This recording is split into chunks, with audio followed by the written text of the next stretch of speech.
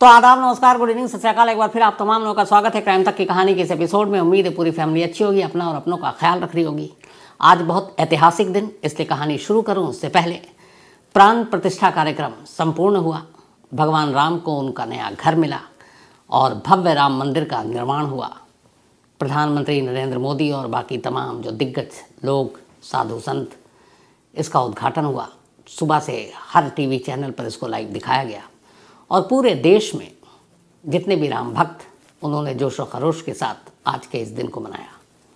तो ये एक ऐतिहासिक दिन था।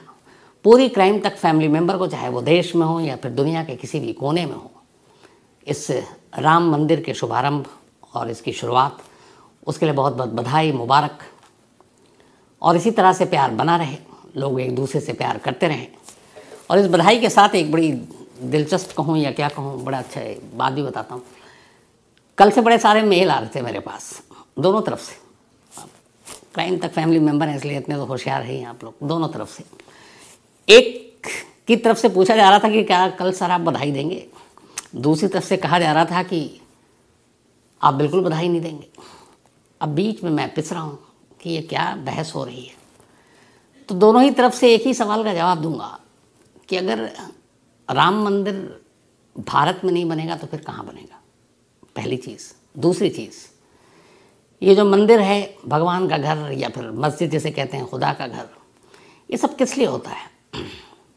मारने के लिए, काटने के लिए, नफरत फैलाने के लिए नहीं, बल्कि मोहब्बत। किसी भी धर्म को उठाकर आप देख लीजिए, हर धर्म में सिर्फ अच्छाई ही बताई जाती है। ये नहीं बताया जाता है कि आप बुरे काम करो। हर धर्म के आप धार्मिक ग्रंथ को उठा लीजिए, उसमें सिर्फ अच्छाइयाँ होती हैं। कोई भी धर्म आपको बुराई के रास्ते पर ले जाने के लिए नहीं कहता है। और धर्म अगर अच्छाई के लिए है तो फिर इससे नफरत क्यों पैदा किया जाए? तो इसीलिए मेरा मानना है कि जब ऐसा माहौल हो, ऐसा मौका हो, तो हर एक को प्यार मोहब्बत के साथ एक दूसरे को बधाई, मुबारकबाद ज़रूर देना चाहिए। और कोई भी चीज़ अच्छाई के लिए हो तो ज़रूर उसको आगे बढ़ाना चाहिए। बाकी तो राजनीति, सियासत, शिकवा, शिकायत, ये तो मैं तो शुरू से कहता हूँ कि इस दुनिया में जब तक दो आखिरी इंसान बचेंगे, क्राइम होता रहेगा और क्राइम रिपोर्टर की रोज़ी रोटी चलती रहेगी। तो उसी तरीके से ये बाकी चीज़ें, बहुत सारी चीज़ें होती हैं, लेकिन मेरा मानना है प्यार मोहब्बत से बड़ी कोई चीज़ नहीं है और ये सबसे अलग है, सबसे ऊपर है। और कोई भी धर्म, कोई भी मज़हब नफ़रत का पैगाम नहीं देती, न संदेश देती है। तो इसी के साथ तमाम लोगों को, पूरे देश और दुनिया के हर कोने, आज का दिन, आज का ये ऐतिहासिक पल, हर एक को बहुत बहुत बधाई। और आप सब अच्छे रहें, अपने अपने घर वालों का, ख़ास तौर पर अपने बुज़ुर्ग माँ बाप का ख्याल रखें, बड़ों की इज़्ज़त करें, छोटों से प्यार करें और कोशिश करें कि सिर्फ प्यार ही प्यार फैलाएं, इन चीज़ों को रोकें जिससे नफ़रत बढ़े। तो अब आते हैं वही अपनी आज की कहानी के ऊपर। भाषण तो मैंने दे दिया, नफ़रत ना बढ़े और ये हो, लेकिन अफसोस जो काम मैं करता हूँ उस क्राइम की हर कहानी में ही कहीं ना कहीं नफ़रत है। तो अजीब बात है, मैं मोहब्बत के पैगाम भी दे रहा हूँ और नफ़रत की कहानी भी सुनाता हूँ। अजीब अभी ख्याल आया तो मैंने कह दिया, वाह, लेकिन यही सच है। तो आज की कहानी एक बेहद अजीब कहानी है। आमतौर पर फिल्मों में, ख़ासतौर पर हॉलीवुड की फिल्मों में या फिर नॉवेल में आपने पढ़ा होगा कि कहीं कोई कत्ल हो रहा है और उसके बाद उसकी लाइव रिकॉर्डिंग हो गई या कुछ हो गया, कुछ प्रूफ मिल गए, तो वह एक इत्तफाक है फिल्मों में। असल ज़िंदगी में क्या कभी ऐसा हो सकता है कि कोई एक मर्डर कर रहा है, कत्ल कर रहा है, और उसके बाद आगे आगे वो क्या करता है, वो सारी चीज़ें एक मोबाइल में रिकॉर्ड हो रही हैं और ना कातिल को पता है कि सारी चीज़ें रिकॉर्ड हो रही है और ना जो रिकॉर्ड कर रहा है उसको भी नहीं मालूम है कि वो क्या रिकॉर्ड कर रही है। वो तो समंदर की लहरों को, समंदर की खूबसूरती को अपने मोबाइल में कैद कर रही है और उसी कैमरे में अचानक कुछ ऐसे लम्हे कैद हो जाते हैं जो एक ऐसी मर्डर की पहेली, जो अभी पहेली बननी थी, उससे पहले ही सुलझा देती है। कहानी गोवा की है। इधर 10-12 दिन से गोवा बहुत चर्चा में है। पहले तो सूचना सेठ, अब आज की ये जो नई कहानी है। 19 जनवरी फ्राइडे का दिन था। दोपहर के 3:45 हुए थे। एक गोवा में बहुत ही खूबसूरत जगह है, साउथ गोवा में, और साउथ गोवा में इस एक बीच है, राजबाग बीच। तो उसी राजबाग बीच पर बहुत सारे लोग घूमने के लिए आते हैं और ये एग्जैक्ट जो है साउथ गोवा में, ये है काबो डे रामा।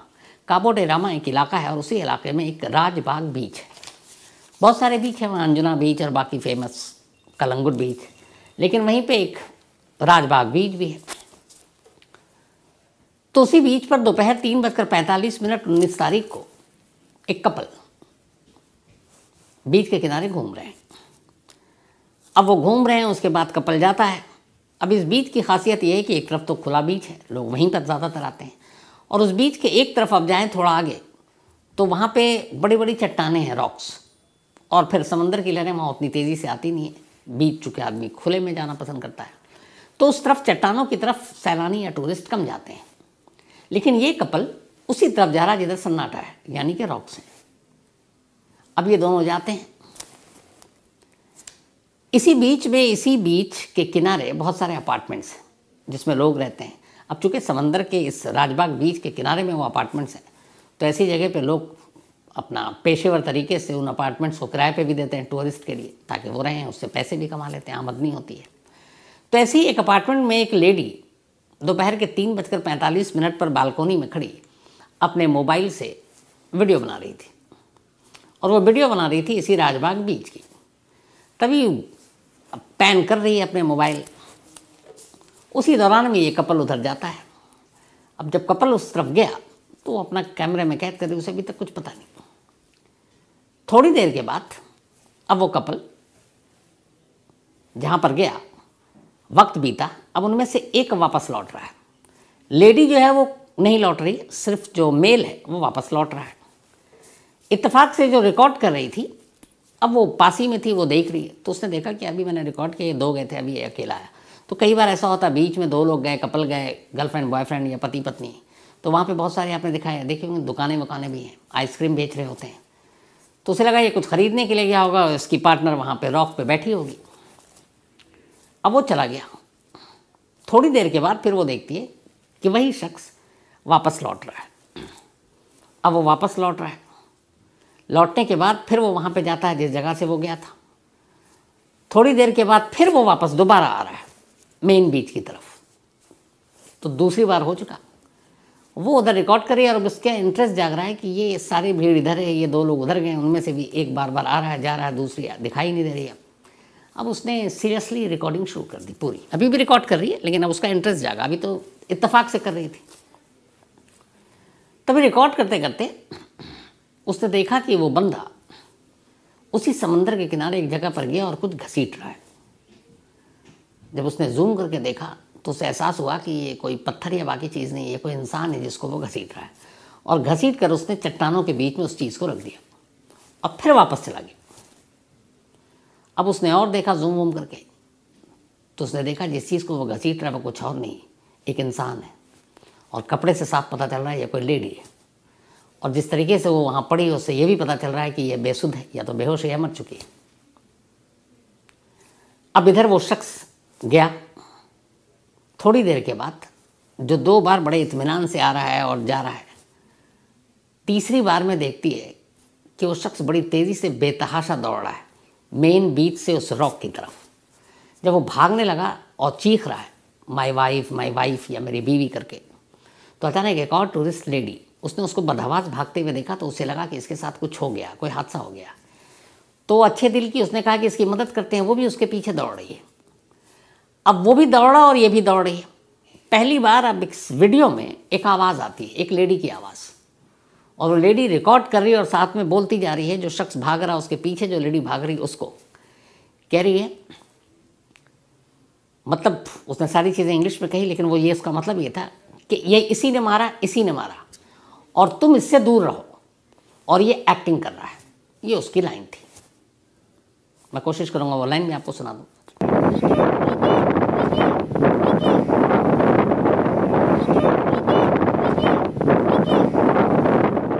लेकिन शायद उस लेडी जो उसके पीछे भाग रही है उस तक ये आवाज़ नहीं पहुंच रही है। वो अब भी उसके पीछे भाग रही है। वो भागता है, फिर उसी चट्टान के बीच में पहुंचता है और अचानक वो कुछ चीज़ देखता है, रोता है और फिर उसको बाहर खींच रहा होता। वो वही लाश थी। अब इसके बाद वो खींचता है।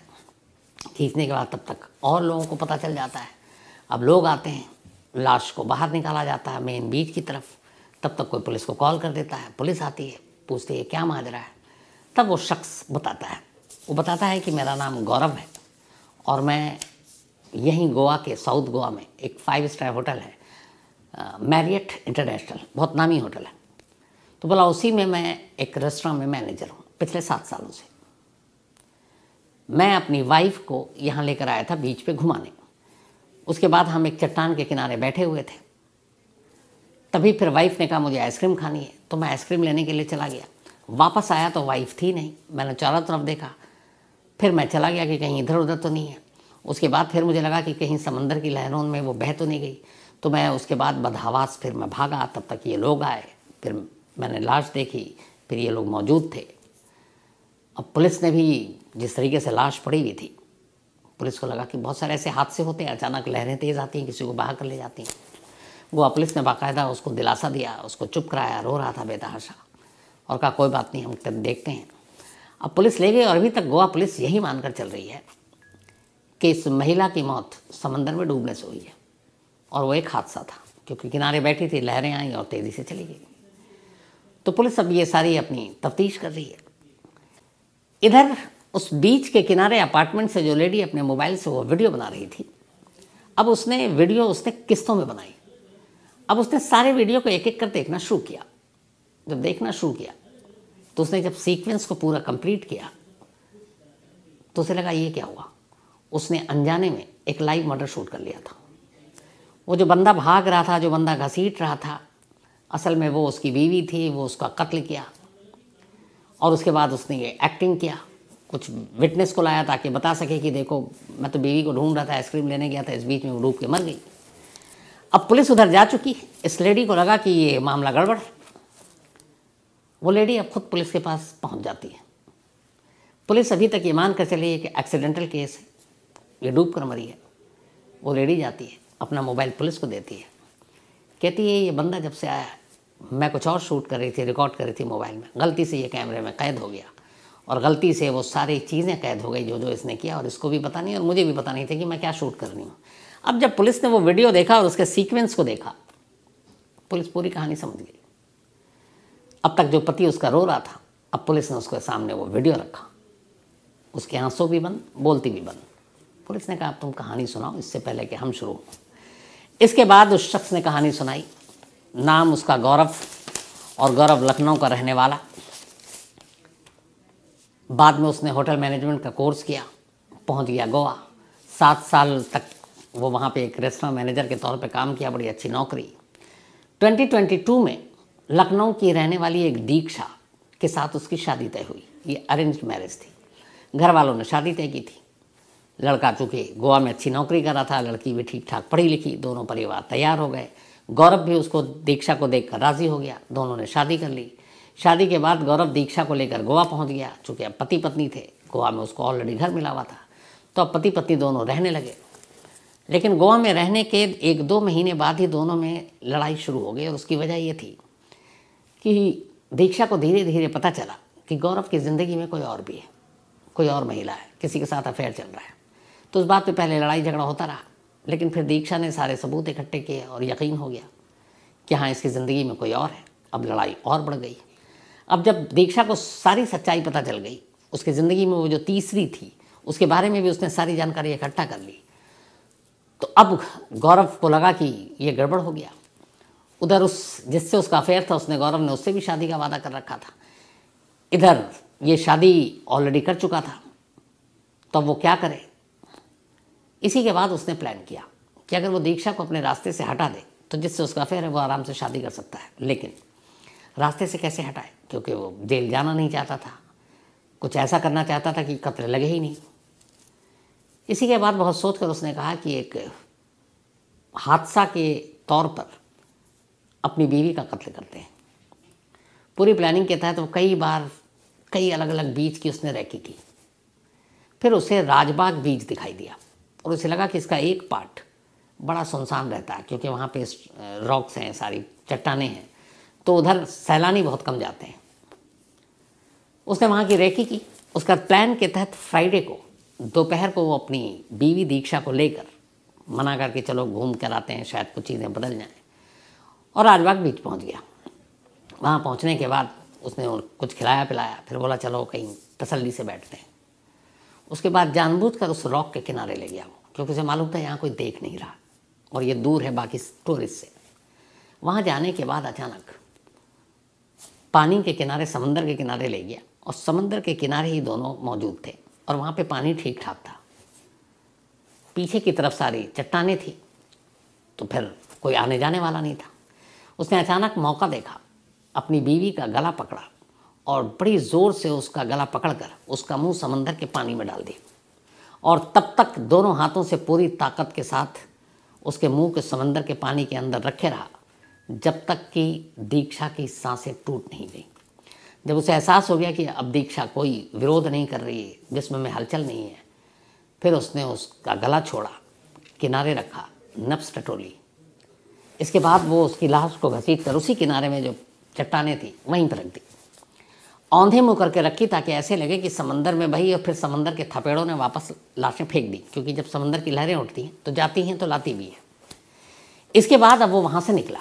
प्लान ये था कि अब वो आइसक्रीम दोनों हाथों में लेकर आएगा, लेकिन वहाँ गया तो पहले इसको ये डर लगा कि पता नहीं, देखा तो था क्योंकि दिल में चोट था, गला दबाया पर ऐसा तो नहीं कि वो बेहोश हो गई, मरी ही नहीं।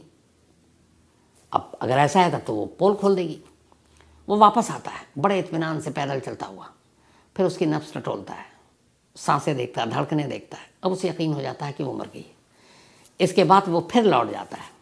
फिर तीसरी बार अचानक वो बेतहाशा दौड़ने लगता है, चिल्लाता है, दीक्षा दीक्षा कहाँ हो तुम, किधर हो तुम, ताकि लोगों का ध्यान उसकी तरफ जाए। और उसके बाद वो बेतहाशा एक तरफ भाग रहा, कभी पहले इधर उधर दिखाता, फिर उसी डायरेक्शन में भागता जहाँ उसने लाश ऑलरेडी पत्थर के बीच में रखी हुई है। जैसा वो चाहता था, एक लेडी जो शरीफ, उसे लगा कि आदमी मुसीबत में है, वो उसके पीछे दौड़ती है और वो दौड़कर उसी जगह पहुंच जाता है जहाँ पे उसने लाश रखी थी। वो लेडी विटनेस बन गई कि हाँ मेरे सामने लाश औंधी पड़ी थी। फिर वो कहता है दीक्षा डूब गई, दीक्षा डूब गई। तब तक लोग आ जाते हैं, पुलिस आ जाती है। तो ये सारी चीज़ें हो गई, सब कुछ प्लान से ही था। बट इस प्लान में ये हुआ कि गौरव को पता ही नहीं था कि इस बीच के पीछे एक अपार्टमेंट है, उस अपार्टमेंट में बहुत सारे घर हैं और उसी घर में से एक लेडी दोपहर का खाना खाने के बाद तसल्ली से गोवा की खूबसूरती की तस्वीरें अपने मोबाइल में कैद कर रही थी और उन्हीं लम्हों को गलती से उसने मोबाइल में कैद कर लिया। तो जब शुरुआती हिस्सा उसने कैद किया और वो जब लेडी दौड़ रही थी तब वो चीख रही थी कि ही इज़ द किलर, इसी ने मारा, इसी ने मारा, तुम इससे बचो, और ये एक्टिंग कर रहा। तो उस लेडी के मोबाइल से जो इत्तेफाकन शूट हुआ, एक ऐसी कत्ल की पहेली जो शायद आगे चलकर 1-2-4 दिन और पहेली ही रहती, पहेली बनने से पहले ही सुलझ गई। तो गोवा पुलिस ने भी उस लेडी की तारीफ़ की है। और इस कहानी से एक सबक ये मिलता है कि ऐसे कई जुर्म होते हैं, ऐसे बहुत सारे क्राइम हुए हैं जिसमें हम इंसान हैं, हमारी नज़रें भी जो हैं एक तरह से, आँखें और निगाहें एक कैमरा ही है, क्योंकि हम देखते इसी से। तो हम कई बार हमारा कैमरा यानी हमारी नज़रें, हमारी आँखें बहुत कुछ क्राइम देखती हैं, लेकिन फिर हम अपनी नज़रें बंद कर लेते हैं, हम उसके बारे में बात नहीं करते या हम मुकर जाते हैं कि हमने देखा है। पर जो असली कैमरा है वो झूठ नहीं बोलता और उसी असली कैमरे ने एक कत्ल को गुत्थी या पहेली बनने से पहले सुलझा दिया। तो ये थी आज की कहानी इस सबक के साथ।